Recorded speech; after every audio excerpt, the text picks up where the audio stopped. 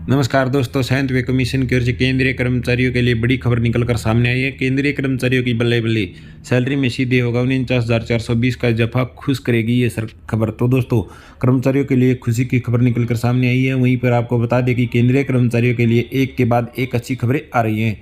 कई तोहफे पहले ही मिल चुके हैं, अब अगर खबर है कि उनकी सैलरी में सीधा इजाफा होने वाला है और ये इजाफा काफ़ी बड़ा हो सकता है, इसलिए ताज़ा अपडेट कर्मचारी को ज़रूर पढ़ना चाहिए। तो आपको बता दें कि ताज़ा अपडेट में आपको इसी वीडियो में पूरी डिटेल के साथ बताएंगे। केंद्रीय कर्मचारियों के लिए खुशखबरी, अब उनकी मुराद पूरी होती दिख रही है। ताज़ा अपडेट में पता चला कि उनके फिटमेंट फैक्टर की फाइल अब आगे बढ़ती दिख रही है।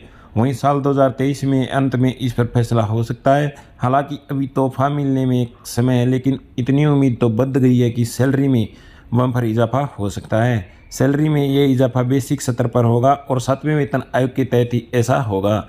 मतलब अगले वेतन आयोग के आने से पहले ही केंद्रीय कर्मचारी को ये तोहफा मिल सकता है।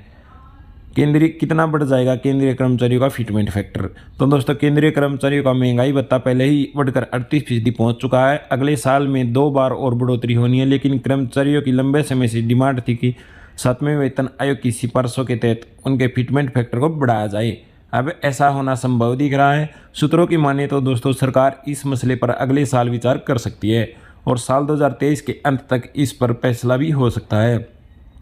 फिलहाल फिटमेंट फैक्टर के आधार पर केंद्रीय कर्मचारी की जो न्यूनतम सैलरी है वो 18,000 रुपये है। दोस्तों, फिटमेंट फैक्टर फिलहाल 2.57 गुना पर है। केंद्रीय कर्मचारियों की डिमांड है कि इसे 7वें वेतन आयोग की सिफारिशों के तहत 3.68 गुना किया जाए। इससे उनकी बेसिक सैलरी में बड़ा जंप आएगा। 3.68 गुना होने पर न्यूनतम वेतन 26,000 रुपये हो जाएगा, लेकिन सरकार बीच का रास्ता निकालते हुए इसे बढ़ाकर 3 गुना कर सकती है। हालांकि इस पर कोई भी फैसला अगले साल ही होगा। फिटमेंट फैक्टर बढ़ने पर सैलरी कितनी बढ़ेगी?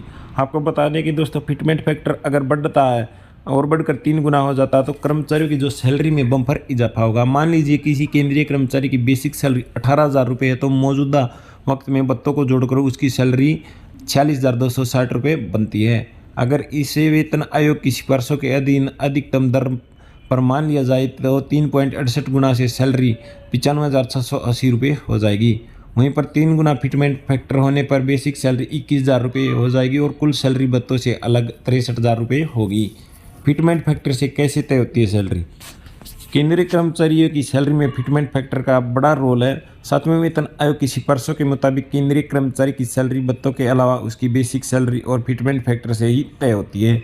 ये वो फैक्टर है जिससे केंद्रीय कर्मचारी की सैलरी 2.5 गुना से ज़्यादा बढ़ जाती है। जैसा ऊपर कैलकुलेशन के हिसाब से बताया गया कि सिफारिशों के मुताबिक फिटमेंट फैक्टर जो कि 2.57 है, सैलरी तय करते वक्त महंगाई भत्ता, यात्रा भत्ता और हाउस रेंट अलाउंस के साथ बेसिक सैलरी को 7वें वेतन आयोग के फिटमेंट फैक्टर 2.57 से गुना करके निकाला जाता है।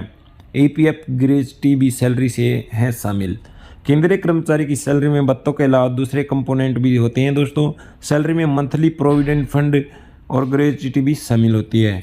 EPF और ग्रेजुटी से बेसिक सैलरी और DA से लिंक होते हैं। केंद्रीय कर्मचारी का EPF और ग्रेजुटी कैलकुलेट करने के लिए अलग फार्मूला होता है। सारे भत्ते और कटौतियाँ CTC से हो जाती हैं, तब केंद्रीय कर्मचारी की टेक होम सैलरी तय होती है। आज की वीडियो में इतना ही।